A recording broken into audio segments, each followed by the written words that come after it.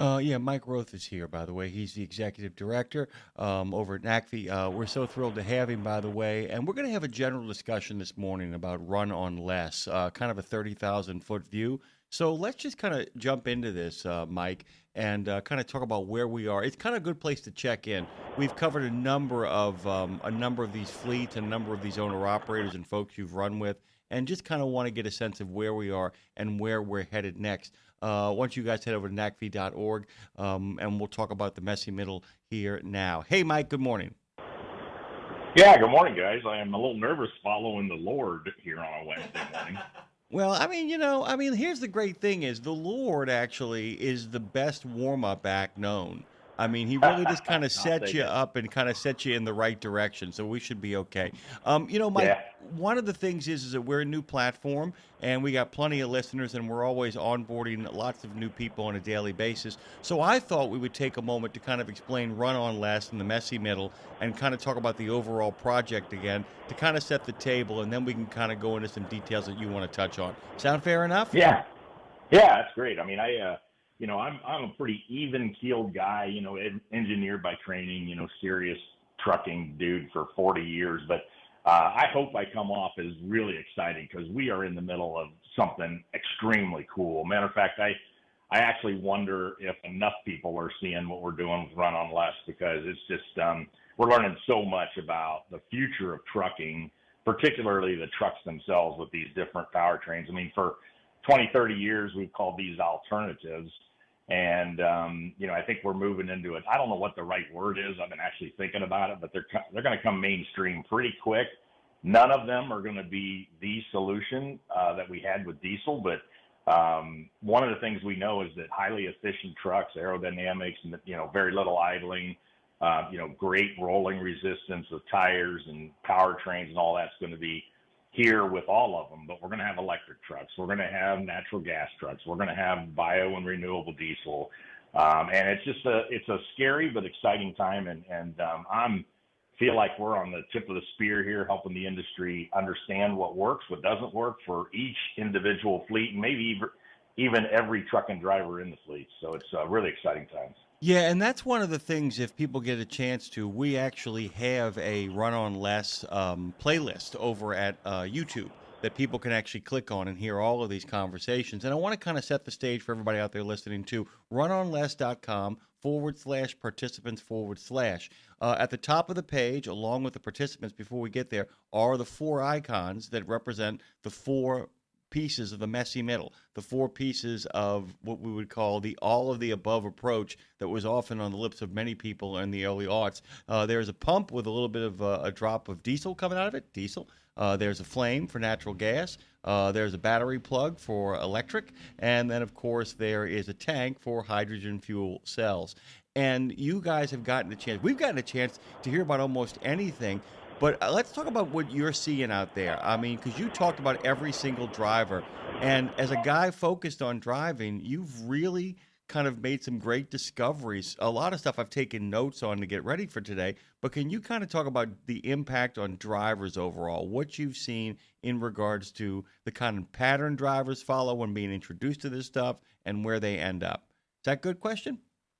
Start with we're out talking to the people making this happen. So it's not like, how you run into people and you say, well, I talked to John and John talked to Sam and Sam talked to Sally who drives an electric truck. We don't do that. We go out, we interviewed 110 people, all on camera, all official, and we're bringing it to, the industry through this runonless.com, like you mentioned. So when we're out talking, we're talking to the people actually doing the work and making this happen, whether they're putting a fueling station in, charging station in, or driving the trucks. And everybody's excited. Now, let me preface that. I've already said I'm excited. All these 110 people are excited. We are excited, but it's changed. In some cases, we just get out of my way. Let me deliver the goods with diesel trucks. We've been doing it for 75 years. It's worked well. Why change? Well, we don't have time this morning to get into all of that.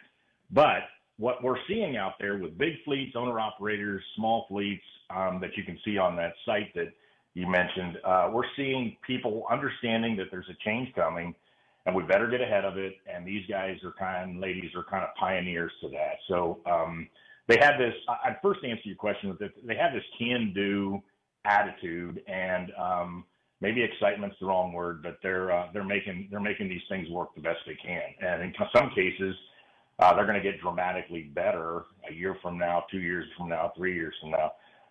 The truck drivers themselves, they want to continue to get the miles and get paid for the miles. They don't like downtime. I understand if the wheels aren't turning, we're not earning. So some of these technologies require longer fill times, longer charging times. But, I'd use natural gas as an example. I mean, when they first started, it was taken, slow filling was the answer because they were inexpensive and so forth. So it's taking 8-10 hours to fuel these natural gas trucks. Now we got fast fill that allows a fueling in 10-12 minutes, which is close to diesel. We're seeing the same thing start to happen with battery trucks. So the drivers, they're worried about all the technology. They're worried about high voltage of battery trucks. They're worried about change. But for many of these solutions, and in particular battery and the hydrogen fuel cell trucks, and this is coming out in our videos through our interviews, they love them. They're quiet. They're efficient.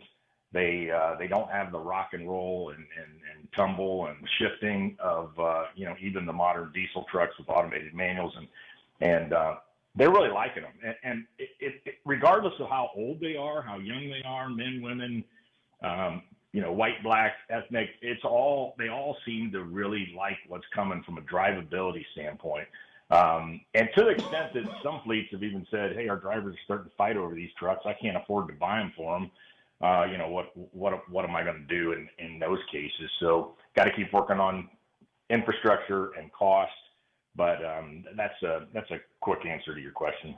Yeah, and the other thing is the fact that I've been really curious because we've been so excited having these conversations with people like Mike Roeth. I mean, we've had some really great conversations. The one thing that I was kind of curious about is what is happening now. What you guys are doing didn't happen last week, and it didn't happen last month. This has been people, really kind of putting things together over time. How long does it take, from your experience, to watch folks go from a diesel, across the board diesel model to suddenly, running electric trucks out of Salt Lake City?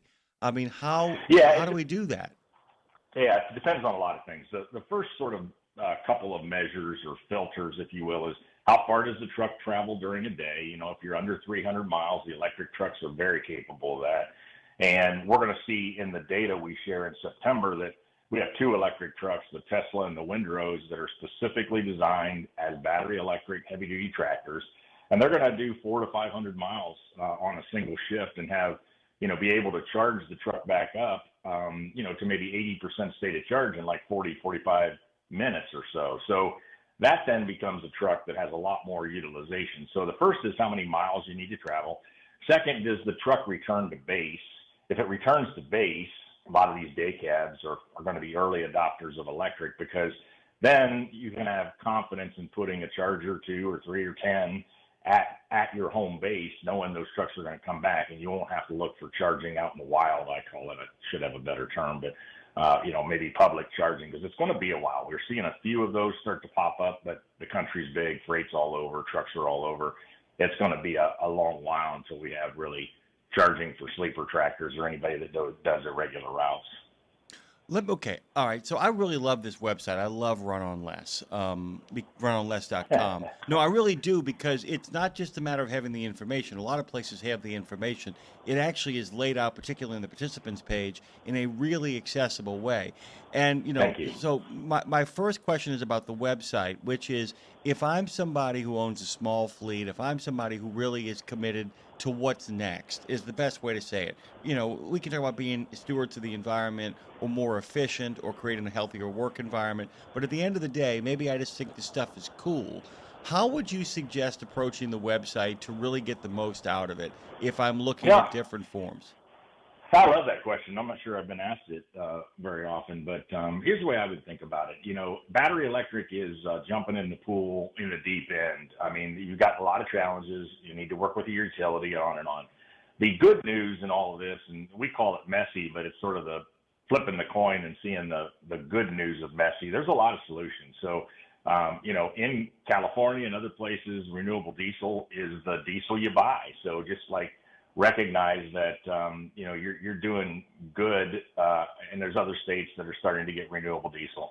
Biodiesel is a couple announcements of Pilot and others putting 100% bio at truck stops. Now that scares everybody because we've had issues with 20% biodiesel, but there's some add-ons you can put on the truck that will help you only use the biodiesel when you get the fuel up to temperature, and you use regular diesel in a small tank on the truck to start up the truck and close down the truck. So, and then natural gas and even efficiency things like, buy a more aero truck if you're a small owner operator buying used trucks. Work on that and then brag about it. I think we don't do enough bragging, and we've let some maybe others around trucking lead us to believe that the only way we're going to do this is with battery electric trucks or hydrogen. And that's just baloney. So we have been doing, and we can do a lot of things. So I would encourage folks to just come into the site, pick a fleet or pick one of these that,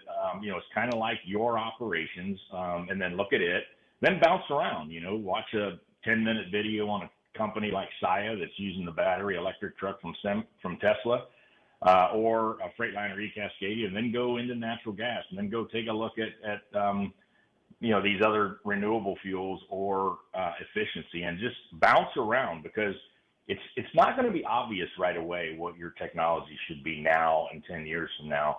So I'd encourage that. I mean, thanks for the compliment.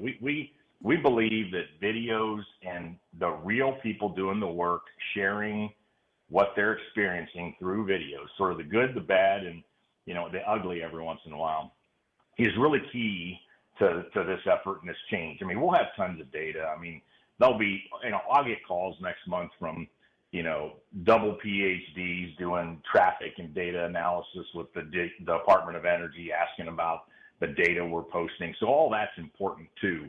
But I would say start with that participant stage, play around, watch as many videos, think about what you've heard in each one, and move on to the next.